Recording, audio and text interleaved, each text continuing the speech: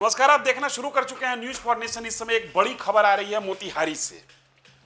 मोतिहारी के सुगौली विधानसभा क्षेत्र से महागठबंधन के उम्मीदवार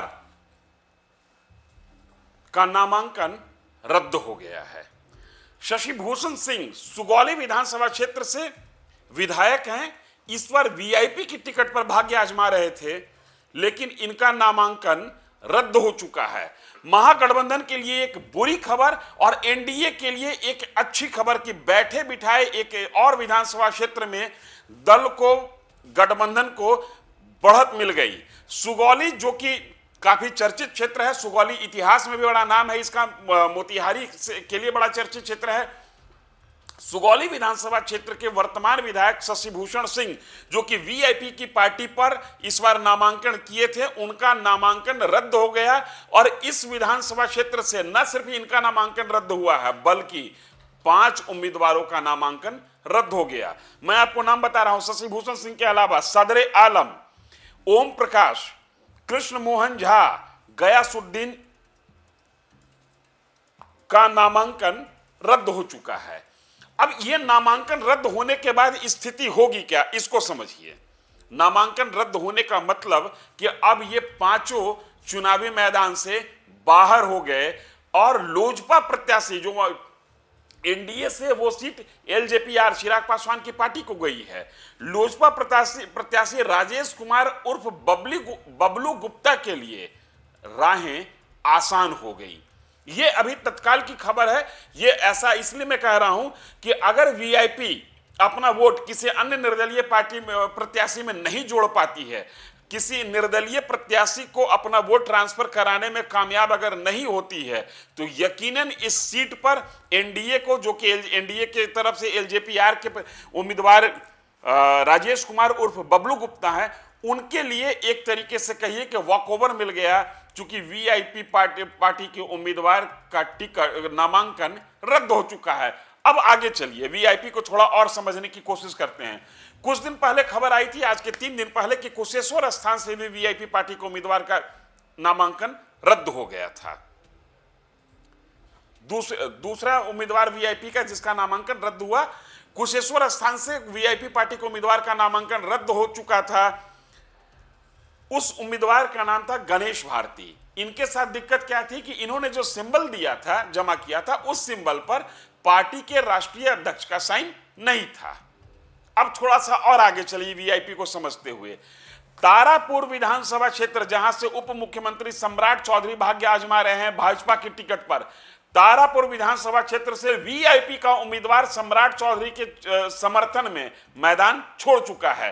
सम्राट चौधरी के साथ मंच साझा करते हुए उसने भरी जमात में ऐलान कर दिया कि मैं चुनावी रेस से बाहर हो रहा हूं, हम अपना समर्थन सम्राट चौधरी को देते हैं।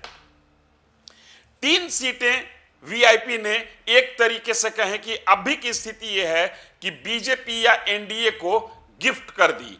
ताजा खबर, सुगौली से वीआईपी पार्टी के उम्मीदवार शशि भूषण सिंह, जो कि विधायक हैं, उनका नामांकन रद्द हो चुका है। इसके कुछ दिन पहले कुशेश्वर स्थान से गणेश भारती, जो वीआईपी पार्टी के उम्मीदवार थे, उनका भी नामांकन रद्द हो गया था। और 2 दिन पहले की खबर है कि तारापुर विधानसभा क्षेत्र से, जहां पर से उप मुख्यमंत्री सम्राट चौधरी भाग्य आजमा रहे हैं, वहां से वीआईपी पार्टी के उम्मीदवार ने बीजेपी को समर्थन देने का ऐलान कर दिया था।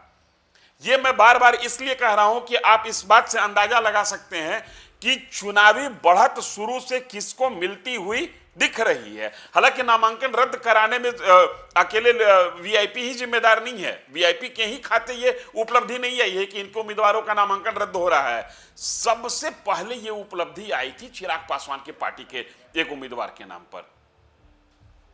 मढ़ौरा विधानसभा क्षेत्र से सीमा सिंह, जो कि चिराग पासवान की पार्टी एलजेपी से भाग्य आजमा रही थी, उनका नामांकन सबसे पहले रद्द हुआ था।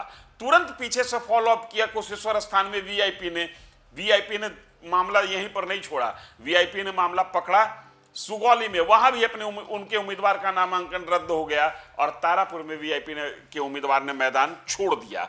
तो इस समय की बड़ी खबर, अभी तक की स्थिति यह है कि 243 विधानसभा क्षेत्र में 3 क्षेत्र ऐसे निकल कर आ रहे हैं जहां पर महागठबंधन चुनावी मैदान से बाहर जाती हुई दिख रही है।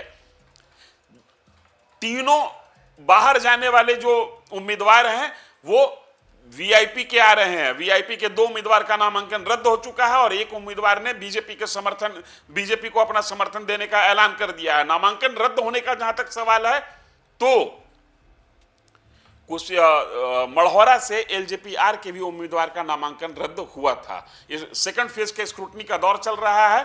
23 तारीख को स्क्रूटनी समाप्त हो जाएगी और उसके बाद तस्वीर बिल्कुल साफ हो जाएगा इलेक्शन कमीशन की ओर से कि किस विधानसभा क्षेत्र में कौन किस पार्टी का उम्मीदवार बचा हुआ है। लेकिन तत्काल की खबर यह कि 3 विधानसभा क्षेत्र ऐसे हैं जहां पर महागठबंधन ने एक तरीके से एनडीए को वॉकओवर दे दिया। कुछ एक जगह गलती हो गई नामांकन पर्चा भरने में और कुछ एक जगह उम्मीदवार मैदान छोड़कर भाग चले। इस वीडियो में इतना ही, धन्यवाद। सूरज की पहली किरण के साथ जाग उठा बिहार, हर मत बने नई उम्मीद, हर कदम जिम्मेदारी।